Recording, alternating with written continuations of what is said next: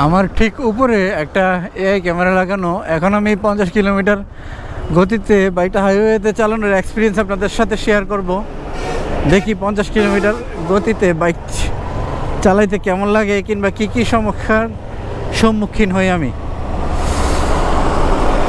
50 kilometre গতিতে চালানোর জন্য আসলে আমাকে খুব বেশি গিয়ার ব্যবহার করতে হবে না। 3 অথবা 4 নম্বর গিয়ারে অনায়াসে আমি 50 কিলোমিটার গতিতে বাইকটা চালাতে পারবো।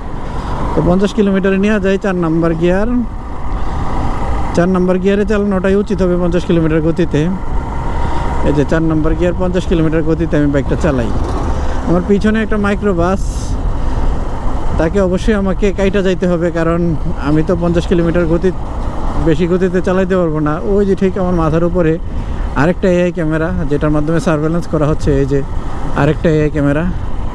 তো 50 কিলোমিটার গতিতেই চালাই, দেখি কী কী সমস্যার সম্মুখীন হই।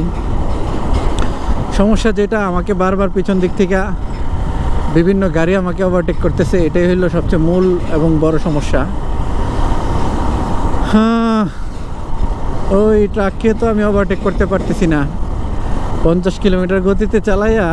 এই যে লরি, বিশাল বড় একটা লরি, যার গতিও ধরা হয়েছে 50 কিলোমিটার এবং আমাদের গতিও ধরা হয়েছে 50 কিলোমিটার। যার কারণে আমি অন্য গাড়ি তো ওভারটেক করা দূরের কথা, আমি এই লরিকে ওভারটেক করতে পারবো না। এই 50 কিলোমিটার গতিতে চালাইতেছি, আমার পিছন দিক থেকে দেখেন একটা বাস আসতেছে, সে অলরেডি আমাকে হর্ন দেওয়া শুরু করছে, কিন্তু আমি তো 50-এর বেশি গতি উঠাতে পারবো না এবং আমাকে বাম লাইনেই চলতে হবে। তো হর্ন দেওয়া লাভ আছে? তো দেখেন কিভাবে সে আমাকে হর্ন দিচ্ছে, কিন্তু আমি গতি বাড়াইতে পারতেছি না। এখন আমি ডান দিকে যাই, বাধ্য হয়ে আমাকে 52 কিলোমিটার গতিতে যে হর্ন দিতেছে, আমি বাধ্য হয়ে আমাকে এই নিম্নগতির বাসের পিছনে আমাকে এখন স্লো করতে হয়েছে, কারণ আমি 50-এর গতি উঠাইতে পারতেছি না, সে আমাকে হর্ন দিচ্ছে। এই একটা বিশাল বড় ঝুঁকি। চলেন আরও কিছুক্ষণ চালাই 50 কিলোমিটার গতিতে, কী কী সমস্যার ফেস করি দেখি। আমাদের 50 কিলোমিটার গতি এবং পাশাপাশি আমাদেরকে লেন ভাগ করে দেওয়া হয়েছে। উচ্চ গতির গাড়িগুলো চলবে ডান লেনে এবং নিম্নগতি, মানে আমরা মোটরসাইকেল, নিম্নগতি আমাদের দ্বারা হয়, নিম্নগতির গাড়ি চলবে বাম লেনে, যাতে ডান পাশ দিয়ে উচ্চ গতির গাড়িগুলো চলতে পারে। এটা ট্রাফিক রুলস। এই রুলস যদি ভঙ্গ করেন তাও কিন্তু আপনার মামলা হইতে পারে। এই যে আমি এখন পড়ে গেছি মাইনকার চিপায়, পিছন থেকে বাস আমাকে হর্ন দিচ্ছে, আমার আসলে কিছু করার নেই। ও মা গো, বাঁচাও বাঁচাও বাবা, গেলাম রে। হ্যাঁ, বাঁচলাম। মা গো মা, হানিফ এন্টারপ্রাইজ, যাদের গতি থাকে ঘন্টায় 110 থেকে 20 কিলোমিটার। হ্যাঁ, পিছনে বিশাল বিশাল ট্রাক।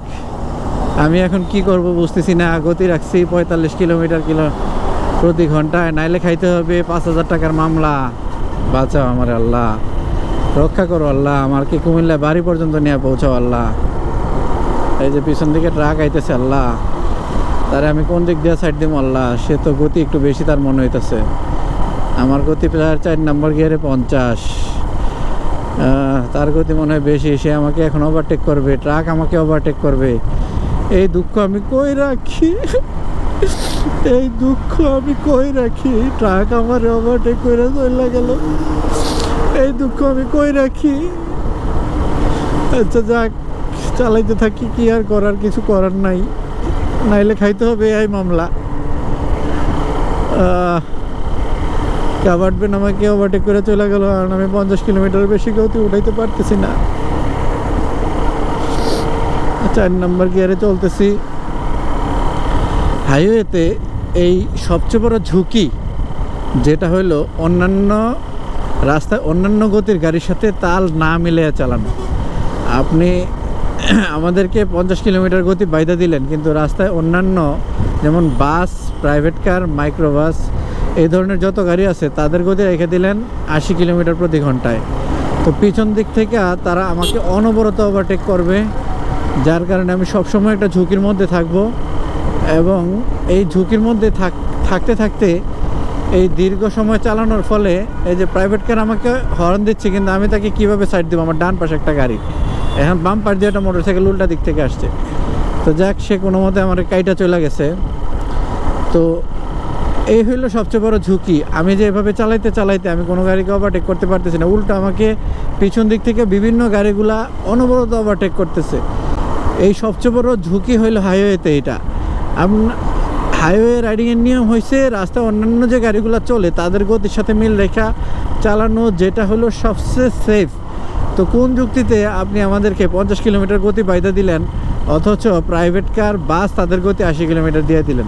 আমাদের দাবি যেন আমরা সর্বোচ্চ 80 কিলোমিটার গতিতে অন্যান্য দ্রুতগতির গাড়ির সাথে তাল মিলিয়ে বাইকটা চালাইতে পারি, ঝুঁকিহীনভাবে চালাইতে পারি এবং আমরা নিরাপদে বাসায় পৌঁছাইতে পারি। নিরাপদে বাসায় পৌঁছাইতে পারবো কি না এইটার আসলে কোনো গ্যারান্টি পাচ্ছি না।